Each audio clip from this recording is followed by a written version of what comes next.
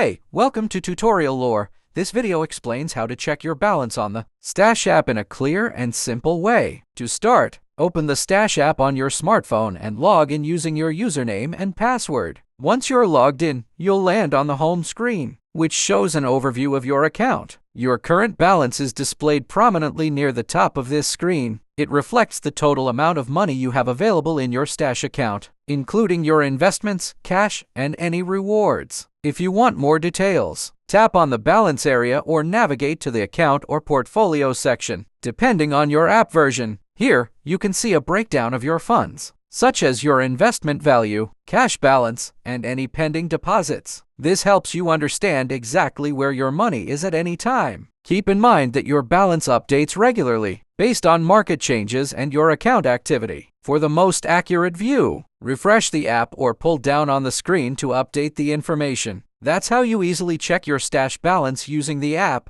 If you don't understand something or have any questions, leave a comment below. This is not a commercial or paid promotion, but an informational video. For copyright concerns or inquiries, email tutoriallorebiz@gmail.com.